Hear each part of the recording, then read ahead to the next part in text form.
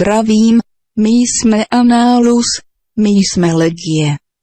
Chtěla bych se vyjádřit k nedávnému odstavení jedné fekál stránky www.hovna.sk. Jelikož došlo k vážnému přehlcení hovnama na této stránce, byla stránka pozastavena. Pokud nebude znova obnovena tato stránka, jsem připraven postupně zveřejnit fotky hoven. Rudy z Ostravy, Karla Gota, Rytmuse a mého kamaráda Roberta.